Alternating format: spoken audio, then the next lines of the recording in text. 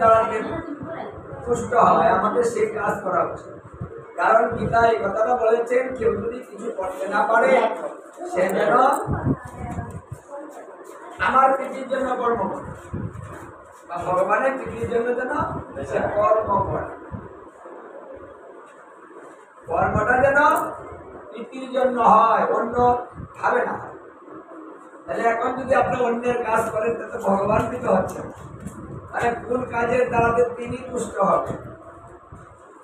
কারণ এই কলিকালের সমস্ত দায়িত্ব তিনি নিয়েছেন, অন্য কারো কাছে যাওয়ার দরকার নেই, আমার কাছে আসো আমি সব। কারণ দেবতাদেরকে এবার বৈষ্ণব হতে বলেছে। যে রূপে দেবতারা আছে সেই রূপে এই কলিকালে দেবতারা নেই। কলিকালের দেবতারা বৈষ্ণব রূপ ধারণ করেছে। এই জন্য ভগবানকে তুষ্ট করতে হলে আমাদের আগে জানতে হবে যে কোন কাজের দ্বারাতে আমরা তুষ্ট করব। যেমন গীতা ভাগবত যদি অধ্যয়ন করা হয়, অর্জন করা হয়, তাহলে ভগবান প্রীত হয়। কারণ গীতা ভাগবত যেখানে অর্জন হয় সেই স্থান অতি পবিত্র হয়।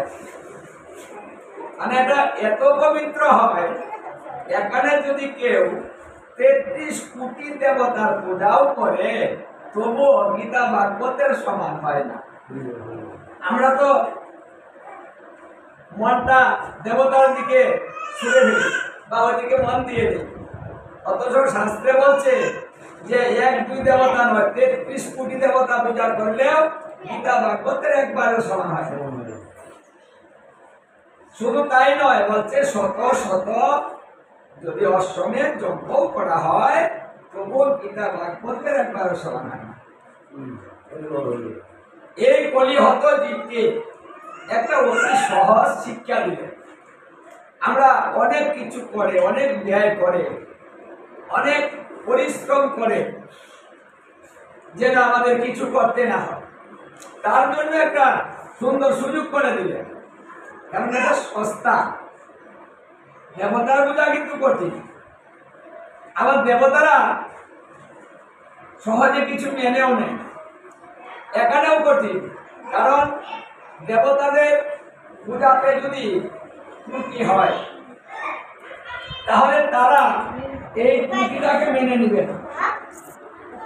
যদি মন্ত্র উচ্চারণে ভুল হয় তাহলেও মেনে নেবে। তাহলে কলিকালের ভুল পদে পদে হবে। আমাদের ভুল কিন্তু অনেক, কারণ মন্ত্র বলতে গেলে উচ্চারণটা সঠিক হয় না। যদি সঠিক না হয় তাহলে মন্ত্রে ক্রিয়া উল্টো করে, মানে যে পূজা করে আপনি লাভটা চেয়েছিলেন তা না হয়ে উল্টোটা হয়, মানে ক্ষতিটা হয়। আচ্ছা, এটা কি সবাই বুঝতে পারেন না? যদি তাই না হবে, প্রতিদিন তো ঘরে লক্ষ্মী আছে আপনাদের, কার না আছে লক্ষ্মী ঘরে? সবাই লক্ষ্মী পূজা করেন না? তাহলে দল হয় না কেন?